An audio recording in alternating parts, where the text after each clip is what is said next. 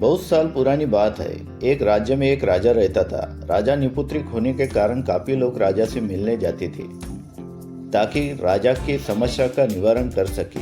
एक दिन साधु के चरण राजमहल में पड़े। सिपाही ने साधु को द्वार पर ही रोक लिया और कारण जानने के बाद उन्हें जाने दिया। साधु महाराज ने दरबार में कदम रखा। उन्होंने देखा कि राजा सिंहासन पर अकेला उदास बैठा हुआ है और कुछ सोच में डूबा हुआ है। साधु ने राजा को प्रणाम किया और उदासी का कारण पूछा। राजा ने सब कुछ बता दिया।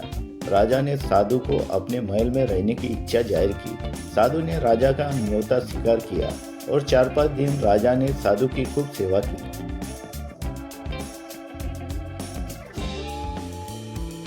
आखिर वो दिन आ ही गया जब साधु ने राजा से विदाई ली, लेकिन जाते जाते उसने राजा को आशीर्वाद दिया कि वो जल्दी संतान सुख प्राप्त करेंगे और वहां से साधु प्रस्थान हो गए।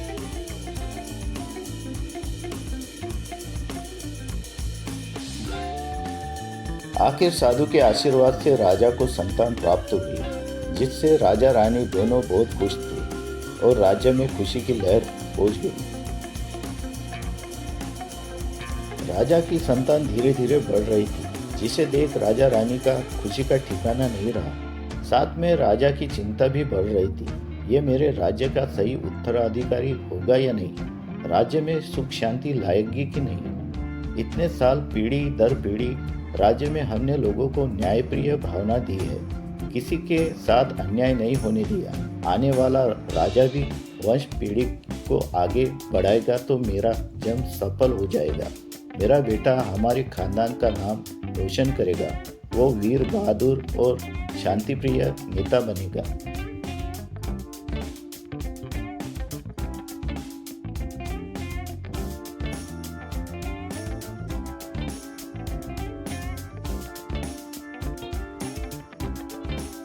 लेकिन राजकुमार जैसे ही युवा अवस्था में पहुंचा, सब विपरीत हो गया। वो वीर बहादुर बनने के बजाय अय्याश हो गया। सारे दिन वो बस अपने बुरे मित्रों की संगत में फंसकर रंग रलियां मनाने में व्यस्त था। मदिरा और दासियों में अपना कीमती वक्त बिताने लगा।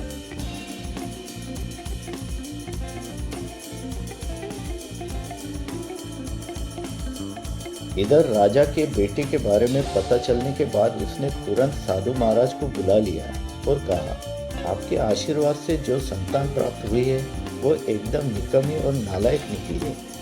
सारा दिन वो अपने बिगड़े मित्रों के साथ सोमरस और दासियों के साथ बिताता है।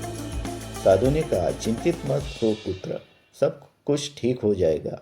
ईश्वर पर भरोसा रखो। साधु ने कहा कि वो राजकुमार को राज भ्रमण के लिए भेज दे ताकि वो गरीब जनता को करीब से जान सके, उनके दुखों को पहचान सके।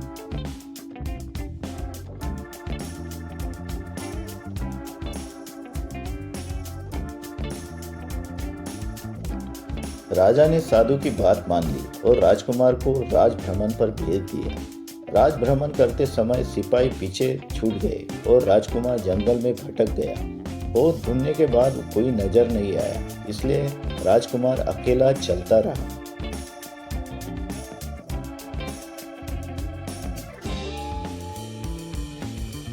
चलते चलते वो एक डाकू की बस्ती में जा पहुंचा, जहां पर वहां एक पेड़ पर एक पिंजरे में एक तोता लटक रहा था। राजकुमार को देखते ही तोता चिल्लाने लगा, मारो काटो, दुश्मन इधर आ रहा है।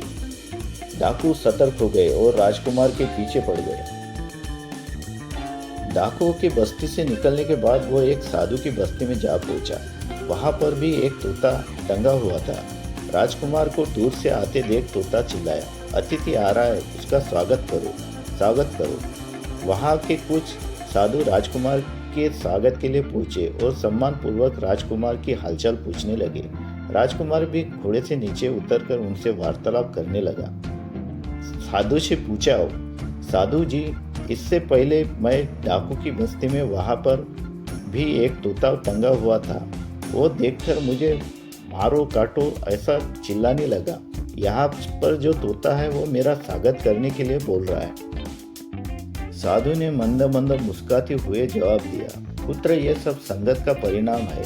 जो जिसकी संगत में रहता है उसी तरह का उसका व्यवहार हो जाता है। वो तोता डाकुओं की संगत में रह के बुराई के रास्ते पर चल रहा है, क्योंकि उसे इस बात का ज्ञान नहीं है कि क्या सही है क्या गलत है। यह तोता हमारे बीच रहकर अच्छे बुरे का फर्क समझता है। इसलिए संगत कभी भी इंसान हो या जानवर सबको बदल देती है। इसलिए हमें कभी भी अच्छी संगत चुनना चाहिए, हमारे कर्म अच्छे हो सके और इससे अपने माता पिता का नाम रोशन हो सके।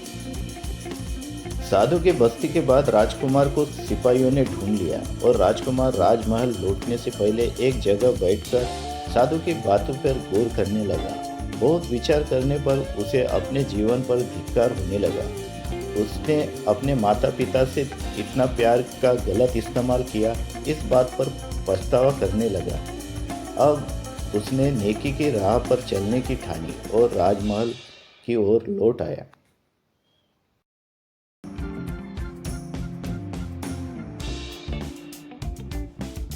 राजमहल लौटते ही सर्वप्रथम अपने माता पिता के चरणों में गिरकर अपने किए की माफी मांगी और आगे से उनकी आज्ञा अनुसार काम करने का आश्वासन दिया। राजा और रानी को यह देखकर बहुत प्रसन्नता हुई।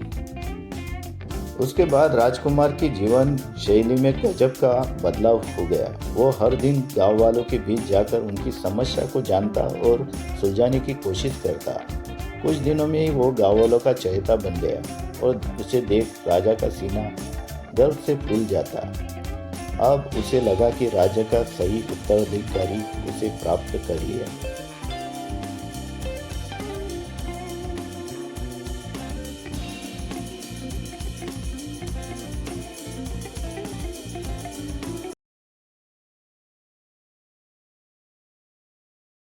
तो कैसी लगी कहानी दोस्तों? कहानी अच्छी लगी हो तो फटाफट चैनल को लाइक करो, शेयर करो और सब्सक्राइब करो। धन्यवाद।